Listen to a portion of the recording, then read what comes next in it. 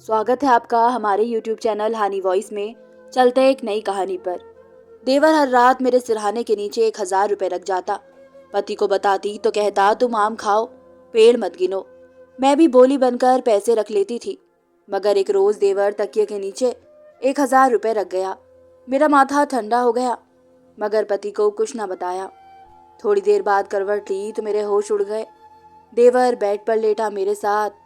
मेरा देवर मेरे पति से बस 1 ही साल छोटा था, लेकिन उसकी हरकतें बड़ी ही अजीब थी। मेरी शादी को बस कुछ ही वक्त गुजरा था, लेकिन मैं अपने देवर की इस तरह की हरकतों से परेशान हो गई थी। पति घर से सुबह ही ऑफिस के लिए निकल जाते और शाम को ही वापस लौटते थे। घर में सास थी नहीं, बस एक ननद थी जिसकी एंगेजमेंट हो चुकी थी, और एक देवर था जो देखने में तो ठीक ठाक हट्टा खट्टा था, लेकिन काम काज का नहीं था और कुछ काम नहीं करता था। पूरा दिन घर पर ही रहता था। मुझे तो लगा था कि शादी के बाद मेरी ननद मेरे साथ बहनों वाला रवैया रखेगी, क्योंकि वो भी बिना माँ बाबा की बच्ची है। मैंने सोचा मैं उसके साथ मोहब्बत और दोस्ताना रवैया रखूंगी तो वो भी मेरे साथ ऐसा ही करेगी। लेकिन ये मेरी बहुत ही बड़ी गलतफहमी थी। मेरी ननद हर वक्त चुपचाप सी रहती थी। मैं बात करती तो यूं चौंक जाती जैसे किसी गहरी सोच में गुम हो। मैं पूछती कि तुम क्या सोच रही थी, तो कहने लगती कुछ नहीं, बस तुम अपने काम से काम रखा करो, मुझे ज्यादा बातें करना पसंद नहीं है। ननन के इस तरह के रवैये से मैं बहुत ही मायूस होती थी। और देवर तो मुझे वैसे भी कुछ ठीक नहीं लगता था। हर वक्त मुझे अजीब अजीब नजरों से देखता रहता था, इसलिए उससे बात करने से मैं खुद भी कतराने लगी थी। वो शख्स बहुत ही अजीब किस्म का शख्स था। ज्यादा वक्त अपने कमरे में ही गुजारता था, लेकिन जब भी मैं किचन में काम कर रही होती तो अचानक वो बगैर आवाज के किचन में आकर मेरे पीछे खड़ा हो जाता। एक बार खाना बना रही थी। मेरी ननद किसी काम को भी हाथ नहीं लगाती थी, इसलिए सारा काम मेरे सर पर ही था। मैं किचन में खाना बना रही थी कि मुझे यूं महसूस हुआ जैसे मेरे बिल्कुल पीछे कोई खड़ा है। जैसे ही मैंने पीछे पलटकर देखा तो मेरे होश उड़ के रह गए थे। वो बिल्कुल मेरे पीछे खड़ा था। मैं देखकर पीछे हट गई और दीवार से जाकर लग गई। उस वक्त किचन में मेरे और देवर के अलावा और कोई ना था। बजाय वो किचन से बाहर जाता, मुझे देखकर मुस्कुराने लगा। कहने लगा भाभी कुछ चाहिए तो मुझसे कह देना, शर्माना मत। ये कहकर वो किचन से बाहर चला गया। मैंने अपना रुका हुआ सांस बाहर किया था। मुझे अपने देवर की हरकत बहुत ही बुरी लगी थी। मैंने सोचा कि मैं अपने पति से इसको शिकायत लगाऊं कि भला ये भी कोई बात हुई। किचन में इसका क्या काम था, ऐसा उसने क्या करना था जो मुझसे ये बातें कह रहा था। बल्कि वो तो खुद मेरे पति की कमाई से मुफ्त की रोटियां तोड़ रहा था। लेकिन मुझे हैरत अपने पति पर हुई थी। रात को जब खाना खाने के बाद हम कमरे में आए तो मैंने कहा यश, मुझे अमन की बात बिल्कुल भी अच्छी नहीं लगती। मैंने यश को अमन की सारी हरकतें बता दी तो वो कहने लगे कि तुम गलत सोच रही हो। अगर उसने तुम्हें ये कहा है तो तुम्हें तो उसकी बात मान लेनी चाहिए। जिस चीज़ की भी ज़रूरत हो तो तुम अमन को कह दो, वो तुम्हें ला दिया करेगा। इसमें बुरा मानने वाली तो कोई बात नहीं। लेकिन अगले दिन जो कुछ भी मेरे साथ हुआ वो बहुत ही अजीब था। यश को अपने काम के सिलसिले में अक्सर शहर से बाहर जाना पड़ता था और मेरी ननद अपने कमरे में ही हर वक्त रहती थी। शुरू में जब यश शहर गए तो मैंने अपनी ननद से कहा था कि वो मेरे साथ सो जाया करे, लेकिन मेरी ननद ने तो मुझे साफ मना कर दिया। मैं तो उसके मिजाज से बेहद परेशान थी। रात को मैं अपने कमरे में आकर सो गई। मैं नींद की कच्ची थी। गहरी नींद में भी आहटों की आवाजें मुझे सुनाई दे जाती थी, या मैं दिमागी तौर पर जागी हुई होती थी। अब भी ऐसे ही सोच में थी जब मुझे लगा जैसे मेरे कमरे का दरवाजा बड़े धीरे से खुला हो और कदमों की आवाज करीब आई हो। मैं नींद की वादियों में थी, इसलिए मैंने आंखें नहीं खोली, लेकिन मुझे यूं लगा जैसे मेरे तकिए के नीचे किसी ने हाथ दिया हो। उसके बाद कोई चुपके से मेरे कमरे से वापस चला गया। दरवाजा बंद होने की आवाज से एकदम मेरी आंख खुली थी। मैंने देखा तो दरवाजा बंद था, लेकिन मैं उस वक्त नींद की वादियों में थी। मैंने सोचा शायद ये मेरा कोई वहम होगा। जब सुबह मेरी आंख खुली और मैं अपने बेड की चादर बिछाने के लिए तकिया उठाने लगी तो तकिए के नीचे से मुझे 1,000 का नोट मिला। ये देखकर मुझे रात का सारा किस्सा याद आने लगा। मुझे अब अपने देवर पर जितना भी गुस्सा आता उतना कम था। जाहिर है मेरी ननद मेरे कमरे में आने को तैयार नहीं हुई थी, ना ही बात करती थी। इसकी एक अपनी ही दुनिया थी जिसमें वो मगन रहती थी। उसकी एंगेजमेंट उसके कजिन से हुई थी जो कि दुबई में था, और ज्यादा वक्त वो उससे फोन पर ही बातें करती रहती थी। उसका नाम समीर था। तो जाहिर है ये काम मेरे देवर ने ही किया होगा। वो होता कौन था? उस वक्त मेरा देवर बाहर लॉन्ज में ही बैठा हुआ था। मेरी ननद अपने लिए नाश्ता तैयार कर रही थी। मैं गुस्से से उसके पास आई और 1,000 का नोट दिखाया। मैंने कहा, ये तुम्हारी हरकत है। मेरी गुस्से से भरी आवाज को सुनकर वो कुछ अजीब नजरों से मुझे देखने लगा, लेकिन उसने ये साबित कर दिया कि ये काम मेरा है। उसने हाँ में सर हिलाया और कहने लगा कि जी हाँ। मैंने कहा, तुम्हारी हिम्मत कैसे हुई रात के वक्त मेरे कमरे का दरवाजा खोलकर अंदर आने की। मेरे ऊंचे और तेज लहजे को सुनकर मेरी ननद किचन से बाहर आ गई। ये सुनकर तो वो मेरे देवर की रंगत उड़ गई थी। कहने लगा, मैं तो आपसे पूछता ही रहता हूँ कि आपको कौन सी चीज की जरूरत है तो बता दें, लेकिन आप तो कुछ कहती ही नहीं। मैंने सोचा कि आपके तकिए के नीचे ही पैसे रख देता हूँ, अगर आपको कोई चीज लेनी होगी तो ले लीजिएगा। वो तो ये आराम से नॉर्मल लहजे में बात कर रहा था, जैसे कि कोई बात ही ना हो। मैंने कहा, ना तो मुझे तुमसे कुछ चाहिए, और दूसरी बात, अगर तुम्हें इतना ही शौक है तो तुम ये पैसे मुझे दिन के वक्त दे सकते हो। ये भला क्या हरकत है कि रात के उस वक्त मेरे कमरे में दाखिल होते हो जिस वक्त तुम्हारे भाई भी घर पर मौजूद ना हो, और मेरे तकिए के नीचे पैसे रख कर चले जाना। ये कोई तरीका नहीं है। मेरी ननद ने जब मेरा सख्त लहजा सुना तो बजाय अपने भाई को बुरा भला कहने के उल्टा मुझे ही कहने लगी, देख लिया तुमने इस लड़की के तेवर। मैं तो तुमसे पहले ही मना करती थी कि इसे मुंह मत लगाओ, तुम्हें ही बहुत पड़ी हुई थी। भाभी है, भाभी है। देख लिया भाभी का असली रंग। मैं तो जानती थी कि अगर कोई गैर औरत हमारे घर आएगी तो हम तीनों में फूट ही डालेगी। मेरा क्या है, मेरी तो चंद महीनों बाद शादी हो जाएगी। लेकिन देख लेना अमन, ये भाई को तुम्हारे खिलाफ भी करके तुम्हें इस घर से निकलवा देगी। दर दर की ठोकरें खाओगे तुम। अरे दफा करो, मत दिया करो इसे पैसे। मैं तो अपनी ननन की बातें सुनकर अजीब सी सोच में रह गई थी। फिर वो कहने लगी, मैं नाश्ता बनाने जा रही हूँ, तुम्हारे लिए भी बना देती हूँ, क्योंकि महारानी साहिबा जिस कदर गुस्से में है तुम्हें तो नाश्ता बना कर देने वाली नहीं है। ये कहकर मेरी ननन किचन में चली गई और मैं हक्का बक्का उसे देखती रह गई कि कितनी बदतमीज थी वो। अपने भाई की घटिया हरकत और उसे रोकने के बजाय मुझे ही बुरा भला कह रही थी। मैंने भी गुस्से से सिर्फ अपना ही नाश्ता बनाया और दोपहर का खाना भी नहीं बनाया। खुद के लिए एक आमलेट बनाकर खाना खा लिया और बैठ गई। शाम को मुझे अपने कमरे में बाहर से अपनी ननन के चिल्लाने की आवाज आ रही थी। वो साथ साथ किचन में कुछ पका रही थी और साथ में मुझे बातें सुना रही थी। कह रही थी कि अभी 2 महीने भी नहीं हुए हैं इसकी शादी को, और इसने अपने रंग भी दिखाने शुरू कर दिए। और इतने पैसे लगाकर हमने अपने भाई की शादी इसलिए थोड़ी की थी कि नवाबजादी जरा सी बात का पतंगड़ बनाकर कमरे में बैठ जाए और मैं यहाँ किचन में काम करूँ। मैं दिल में सोच रही थी कि मुझे नहीं पता था कि उसकी इतनी लंबी जुबान भी हो सकती है। रात को जब यश वापस आए तो बहुत ही गुस्से में थे। शायद मेरी ननद उसके कान भर चुकी थी।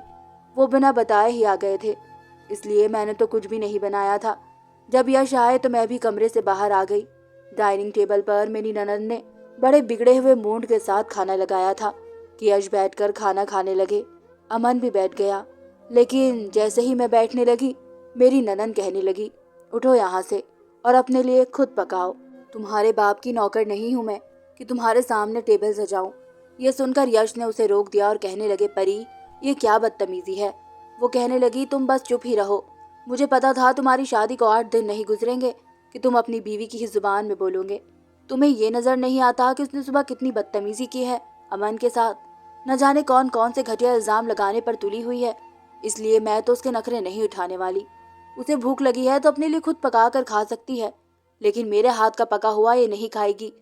यश मुझसे कहने लगे कि क्या बात हुई थी और तुमने इतने में ही कौन सा तमाशा लगाना शुरू कर दिया। न सास ससुर की तुम्हारे ऊपर जिम्मेदारी है और ना ही घर पर इतना कोई ज्यादा कामकाज कि तुम ये उल्टी सीधी हरकतें पर जाओ। पर यश ने तो मेरी बात सुने बगैर ही मेरी बेइज्जती कर दी थी। मैंने कहा कि पहले मेरी पूरी बात तो सुन लो। मेरी इतनी बेइज्जती कर चुके हो। देवर का रात के अंधेरे में भाभी के कमरे में जाने का क्या मकसद है। उसे पैसे देने का इतना ही शौक है तो दिन में भी दे सकता है, और मैं उससे पैसे मांगती भी नहीं हूँ। फिर वो बिना वजह मेरे कमरे में क्या करने आता है। मेरी बात सुनकर यश यूं बोले जैसे कि ये कोई बड़ी बात ही ना हो। कहने लगे, बस इतनी सी बात पर तुमने इतना बड़ा तमाशा लगाया है। अरे भाई, वो परी के कमरे में भी यूं ही चला जाता है। तकिए के नीचे कभी 500 तो कभी 1000 रख देता है। ये उसकी बचपन की आदत है। मैंने कहा कि वो उसकी बहन है। मेरा ये कहना था कि यश मुझे गुस्से से चिल्ला कर कहने लगे, तो फिर तुम क्या हो। तुम मेरे भाई को अपना भाई समझती ही नहीं हो, ना मेरी बहन को बहन समझती हो। तो तुम यहाँ पर कौन से रिश्ते निभाने आई हो। मेरे दोनों बहन भाई मेरी जिम्मेदारी है और मैं कभी भी अपने बहन भाइयों को तुम्हारे खातिर नहीं छोड़ सकता। अपना बर्ताव ठीक रखना। अगर तुमने मेरे बहन भाइयों को अपना बहन भाई समझा होता तो तुम्हें ये बात इतनी बुरी नहीं लगती जितनी अब लग रही है। ये कहकर बिना खाना खाए यश उठकर कमरे में चले गए। मैं भी उठकर कमरे में चली गई। उनका मूड खराब था। मैंने ही हाथ जोड़कर उनसे माफ़ी मांगी थी। वो कहने लगे कि माफ़ी तो तुम अमन से मांगो, क्योंकि तुमने उसका दिल दुखाया है। उसने तुम्हें बड़ी बहन समझकर ही तुम्हारे तकिए के नीचे पैसे रखे थे। बहरहाल मेरे लिए मुश्किल था, लेकिन फिर भी मैंने अमन से सॉरी कह दिया था। उसने फौरन से कहा कि नहीं नहीं, उसकी कोई ज़रूरत नहीं है, आपकी गलतफहमी दूर हो गई है, बस यही ठीक है। लेकिन उसके बाद तो जैसे अमन ने सिलसिला ही शुरू कर दिया था। वो अक्सर मेरे तकिए के नीचे 1000 का नोट रख जाता था, जो मुझे बिल्कुल भी पसंद ना था। और अजीब बात यह थी कि तभी रखता था जब यश काम के सिलसिले में दूसरे शहर चले जाते थे। मैं अपने कमरे का दरवाज़ा लॉक करके सोती थी, लेकिन शायद अमन के पास कमरे की चाबी मौजूद थी, इसलिए वो कमरे में दाखिल हो जाता था। लेकिन उस रात मैंने कमरे की कुंडी लगा दी। मैं नहीं चाहती थी कि वो मेरे कमरे में दाखिल हो। अगली सुबह जो चीज़ मैंने देखी उसने मुझे अजीब सी सोच में डाल दिया। लॉन्ज में मेरा देवर बड़े गुस्से से बैठा हुआ था। शायद रात को कमरे में आया था, लेकिन कुंडी की वजह से दरवाज़ा नहीं खुला मिला। अगर उसका मिजाज उस वक्त नॉर्मल होता तो मैं उस बात को इतनी भी अहमियत ना देती कि अगर मेरा दरवाज़ा उसने बंद देखा तो वापस चला गया। उसमें गुस्सा आने वाली तो कोई बात ही नहीं थी, लेकिन वो तो यूं मुझे घूर से देख रहा था, जैसे कि न जाने मुझे क्या कर डालेगा। मैंने उसे नज़रअंदाज किया और किचन में नाश्ता बनाने लगी। बेदिली से मैंने अपने देवर को नाश्ता बना कर दे दिया और अपना नाश्ता लेकर कमरे में चली गई। कमरे के बराबर में ही मेरी ननंद का कमरा था, जहाँ मुझे चिल्ला चिल्ला कर बातें करने की आवाज़ आ रही थी। शायद वो अपने होने वाले मंगेतर से किसी बात पर लड़ने लगी थी, क्योंकि वो उसे यही कह रही थी कि मैं तुम्हारे घर पर सिवाय तुम्हारे और किसी की भी जिम्मेदारी नहीं संभालूंगी, क्योंकि मेरी भाभी भी सिर्फ मेरे भाई की जिम्मेदारी संभालती है। अगर तुम ये समझ रहे हो कि तुम मुझे शादी के बाद अपने घर वालों की नौकरानी बनाकर रखोगे, तो मैं ऐसा कुछ भी नहीं करूंगी। मुझे तो ये समझ ही नहीं आता था कि वो इस तरह की बदतमीज लड़की क्यों है। ननंद क्या, मुझे तो अपने देवर की भी समझ नहीं आती थी कि वह किस किस्म का शख्स है। शायद मेरे सास ससुर ने अपने बच्चों की परवरिश ही अच्छी नहीं की थी। उन्हें रिश्तों का लिहाज रखना नहीं सिखाया था, सिर्फ लड़ना झगड़ना सिखाया था। शायद ये तीनों अपने माँ बाबा की मौत के बाद ऐसे हो गए थे, या उन्हें लोगों के रवैयों ने ऐसा कर दिया था। बहरहाल जो भी था, मेरी समझ से तो बाहर था। मैं नाश्ता करने के बाद किचन में आ गई, और तो और मेरा देवर भी किचन में आ गया। कहने लगा, रात को आपने कमरे का दरवाज़ा क्यों बंद किया था? क्या अब भी आपको मुझसे परेशानी है, या मुझ पर शक है, या मेरे चरित्र पर शक है? तो मैंने उसे कोई भी जवाब नहीं दिया और चुपचाप सब्जी काटने लगी। वो मेरे सामने आकर खड़ा हो गया। कहने लगा, मैं आपसे कुछ पूछ रहा हूँ। मैंने कहा, मैं तुम्हारे किसी भी सवाल का जवाब नहीं देना चाहती, और ना ही तुम्हें मुझे पैसे देने की कोई ज़रूरत है। बात रही तुम्हारी हरकतों की, तो मुझे अच्छा नहीं लगता कि मेरे सोते हुए कोई मेरे कमरे में आए, वो जिस मर्जी नियत से आए, मगर ये गलत है। मेरी बात सुनकर वो वहाँ से बाहर चला गया। 2-3 दिन बाद यश भी वापस आ गए।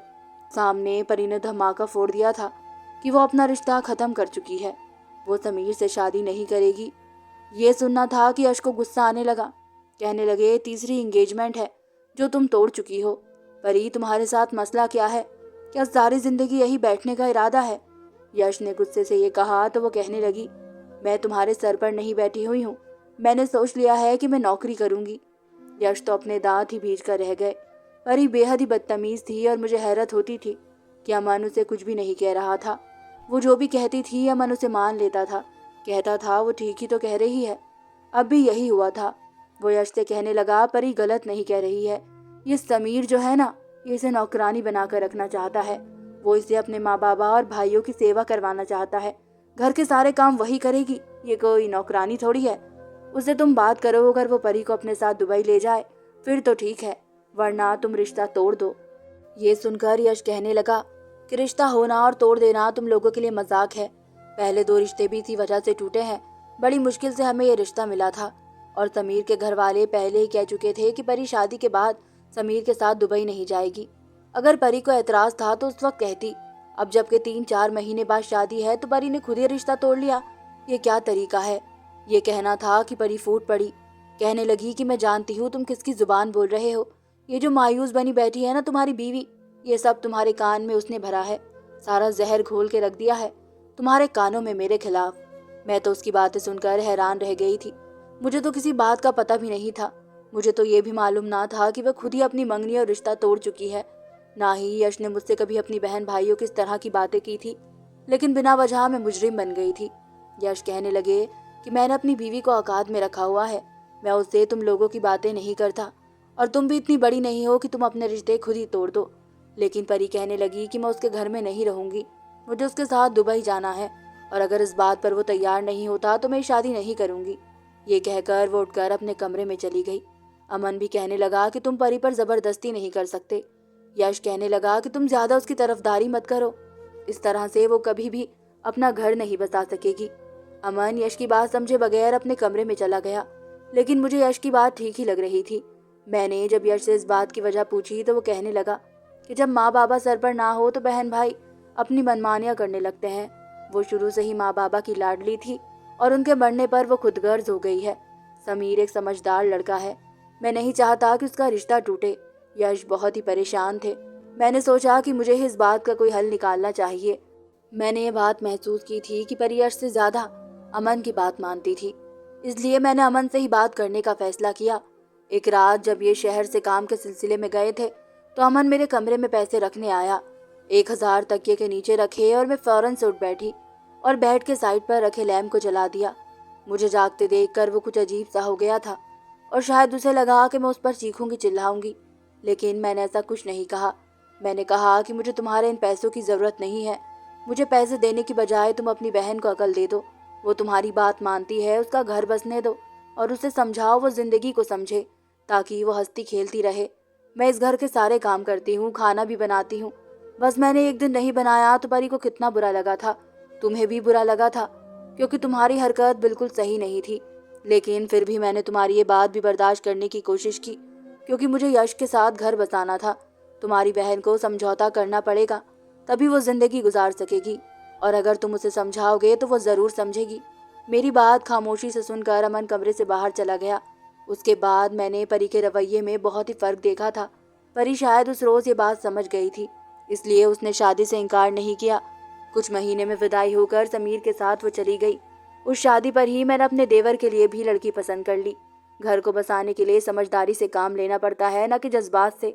अमन को मेरे कमरे में पैसे रखने का मशवरा भी परी ने ही दिया था, ताकि वो यश को मेरे खिलाफ कर सके और मेरा भी घर खराब कर दे। वो समझती थी कि मैं भी कुछ ऐसी सोच रखती हूँ कि उसकी बहन भाइयों के साथ बनाकर नहीं रखूंगी। लेकिन परी और अमन दोनों ही अपनी शादी के बाद सुधर गए थे और समझ गए थे कि रिश्तों को किस तरह से लेकर चला जाता है और किस तरह से भाभी के साथ रवैया रखा जाता है। अमन अपनी इस गलती की माफ़ी भी मुझसे मांग चुका था। कहने लगा कि आपकी बात ठीक थी, मेरा यूँ आपके कमरे में आना बिल्कुल ही गलत हरकत थी। मुझे खुशी इस बात की थी कि हम तीनों के घर बस चुके हैं। धन्यवाद दोस्तों।